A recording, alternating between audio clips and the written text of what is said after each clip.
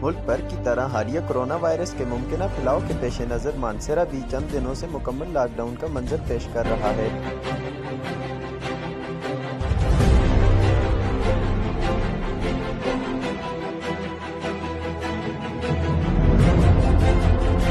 Asia खुर्दनोश और medical store के अलावा तमाम दुकानें मुकम्मल बंद हैं और ज़्यादातर लोग घरों में रहने को तरजीह दे रहे हैं। और इंतज़ामिया की तरफ से भी यही हदायत हैं कि बिला ज़रूरत घरों से निकलने से इज्तनाब किया जाए। अगर आवाम का यही ज़िम्मेदाराना तर्ज अमल जारी रहा तो इंशाअल्लाह उम्मीद की जा सकती है कि हम इस नागानी आफत से बचने में कामयाब हो जाएंगे।